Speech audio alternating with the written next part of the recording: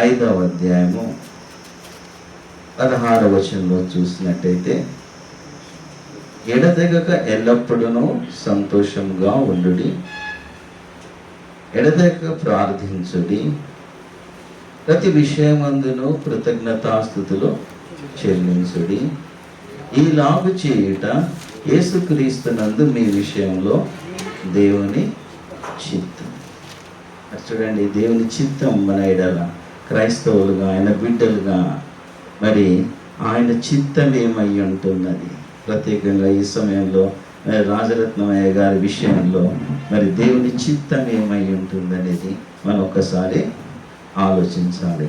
మరి ఈ మాటను మనము గమనించినట్టయితే, ఎడతెగక ప్రార్థన చేయుము అని దేవుడు ఒక మాట చెప్తూ ఉన్నాడు. నిజంగా మరి ఆయన కుటుంబము, ఆయన సంఘము చేస్తున్న ప్రార్థనల యొక్క ఫలితమే మరి ఈ చిన్న స్థలము, చిన్న సంఘ బిల్డింగ్ అని అనుకోవచ్చు. నిజంగా దేవుడు ఆయన ప్రార్థనలను లెక్కించాడు, మరి దానికి సమాధానం ఇచ్చాడని నేను అనుకుంటున్నాను. ఎందుకంటే మరి ఆయన చిత్తమట, మనం ఆయన చిత్తాన్ని నెరవేర్చాలి. ఎల్లప్పుడూ మనము ప్రార్థన చేస్తూ. మరి మత్తయి సువార్తల్లో కూడా ఒక మాట రాయబడ్డది. మత్తయి సువార్త 6వ అధ్యాయము 9వ వచనంలో చూసినట్టయితే, ఎవరికైనా గుర్తిస్తుందండి. కాబట్టి మీరు ఇలాగూ ప్రార్థన చేయుడి, పరలోకమందున్న అదే కాదు, 7వ అధ్యాయం 7వ వచనం అదే ఉందా?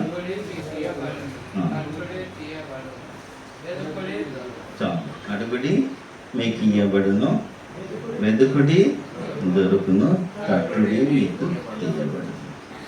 మరి ఆయన ప్రార్థన ఫలితం అంటే అడుగుట, దేవునిపై ఆధారపడి అడగాలి మనం. మరి ఖచ్చితంగా ఆధారపడి అడిగాడు కనుకనే ఈరోజు ఈ ఫలితాన్ని పొందుకున్నాడు అని నేను భావిస్తూ ఉన్నాను. మరి వెతకాలి, ఎంతగా వెతకాలి. వెతికి ఈ సమయంలో ఒక చిన్న మాట చెప్తాను వెతకడానికి అని అంటే, ఒక పిల్లవాడు ఇంటి ముందు ఆడుకుంటూ ఉంటాడు. బయట ఇంట్లో ఎవరు ఉండరు, మరి తండ్రి పనికి వెళ్ళిపోతాడు, తల్లి ఎక్కడనో లోపల పని చేసుకుంటుంది. చిన్న పిల్లాడు బయట ఆడుకుంటూ వాడు కింద పడి దెబ్బ తాకించుకుంటాడు, రక్తం కారుతూ ఉంటుంది. వాడు ఏడుస్తూ ఉంటాడు, అమ్మ అమ్మ అని అవి ఏడుస్తూ అరుస్తూ ఉంటాడు. తల్లి లోపల ఉంటుంది, బెడ్రూమ్లో ఉంటుంది, వినిపించదు. మరి అక్కడే కూర్చొని ఏడుస్తూ ఉంటే తల్లి వస్తుందా? రాదు. వాడు అక్కడి నుంచి లేచి రక్తం కారుతున్నా తల్లిని వెతకడం మొదలు పెడతాడు. ఏడుస్తూనే గదులన్నీ తిరుగుతూ మొట్టమొదట వంటగదిలోకి, కిచెన్లో ఉందేమో మా అమ్మ అని అక్కడ ఉంటుంది. అక్కడి నుంచి మరి బెడ్రూమ్లోకి వెళ్ళి తల్లిని కనుగొని ఏడ్చి పట్టుకుంటాడు. తల్లి అప్పుడు ఆయన్ని హత్తుకుంటుంది. అంటే దీన్ని బట్టి మనం తెలుసుకోవాల్సింది ఏంది అంటే, మనం దేవుని దగ్గరకు రావాలి, అడగాలి. మనం ఆయన వైపు ఒక అడుగు వేస్తే ఆయన 2 అడుగులు మన వైపు వేస్తామన్నాడు. మనం అక్కడితో ఆగకుండా పట్టుదలతో మరి తనకున్న కష్టాలకు, తనకున్న సమస్యలకు ఎప్పుడో వదిలిపెట్టేయాలి. అయినప్పటికీ ఆ చిన్న పిల్లవాడి రక్తం ఓడుతూ విధంగా తల్లిని వెతికిండో, మరి ఆ విధంగా మరి దేవుణ్ణి వెతుకుతూ మరి ప్రయాణం చేస్తూ కనుక మరి అంత గొప్పగా మరి ప్రార్థించాడని నేను నమ్ముతున్నాను. మనమందరం కూడా దాన్ని బట్టి నేర్చుకోవాల్సింది అంటే, ఎడతెగక దేవుణ్ణి ప్రార్థన చేయాలి. మళ్ళీ ఇంకేమని చెప్తున్నాడు, మరి ప్రతి విషయమందును కృతజ్ఞతాస్తుతులు చెల్లించాలి. అంతకంటే ముందేముంది, ఎల్లప్పుడూ సంతోషంగా ఉండుడి అని. మరి నిజంగా అయ్యగారి జీవితంలో సంతోషం ఉందో లేదో? నిజంగా ఒక మాట మనం అందరం ప్రశ్నించుకున్నట్టయితే ఎవరి జీవితంలో కూడా సంతోషం లేదు. అంటే ఈ లోకానుసారంగా ప్రతి ఒక్కరం ప్రశ్నించుకుంటే మనకు సంతోషం లేదు.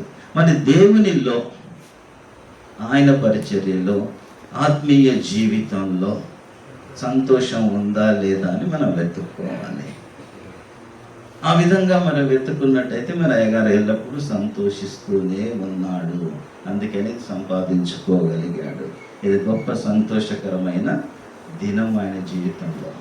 అందుకని ఇప్పుడు ఏం చేశాడో కృతజ్ఞత కూడిక ఏర్పరచుకున్నాడు. ఇక్కడ చూసినట్టయితే మరి ప్రతి విషయంలోనూ కృతజ్ఞతాస్తుతులు చెల్లించుడు.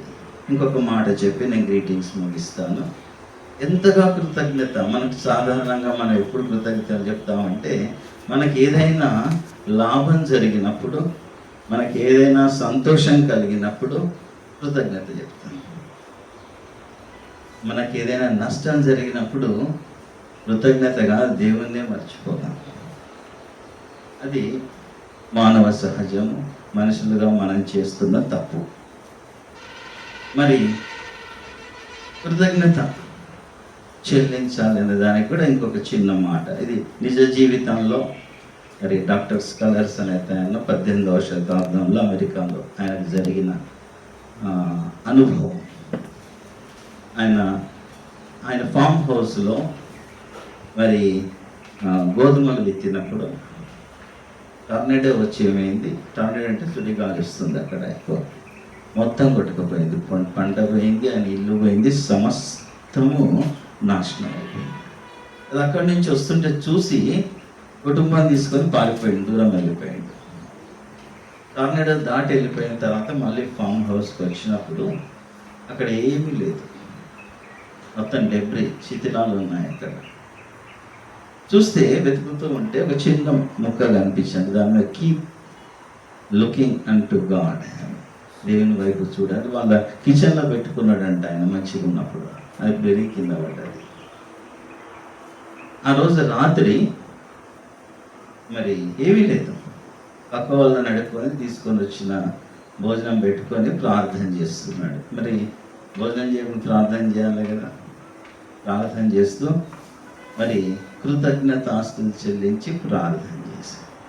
మరి ఆ సంవత్సరము ఆ టర్నాడో వచ్చి మిగిలిపోయిన తర్వాత ఆయన పంటకు వస్తే ఆయన ఎన్ని గోధుమల సంచులు ఎత్తిండో అన్నే వచ్చినాయంట, పంట అంతే వచ్చింది.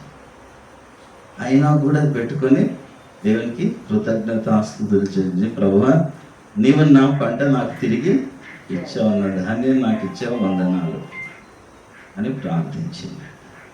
అంటే ఆ విధంగా మనం కృతజ్ఞత కలిగి ఉండాలి. లేమిలో కృతజ్ఞత కలిగి ఉండాలి. మనకు వచ్చినప్పుడు కృతజ్ఞత. మరి అలాంటి జీవితం అయ్యగారు జీవిస్తూ కూడా మరి దేవుని పరిచర్య చేస్తూ ఆనందంగా ఉంటూ మరి ఆయన చిత్తాన్ని నెరవేరుస్తూ మరి ఇది సంపాదించుకొని కృతజ్ఞత కూడిక ఏర్పాటు చేసుకొని మరి మనందరినీ ఆయన సంతోషంలో పాలు పంచుకోవడానికి పిలిచి ఆహ్వానించి మరి దేవుణ్ణి ఆరాధించడానికి మనకు అవకాశాన్ని కూడా కల్పించినందుకే గారికి కూడా కృతజ్ఞతలు తెలుస్తూ మరి దేవుడి కొద్ది మాటలు దీవించుగాక.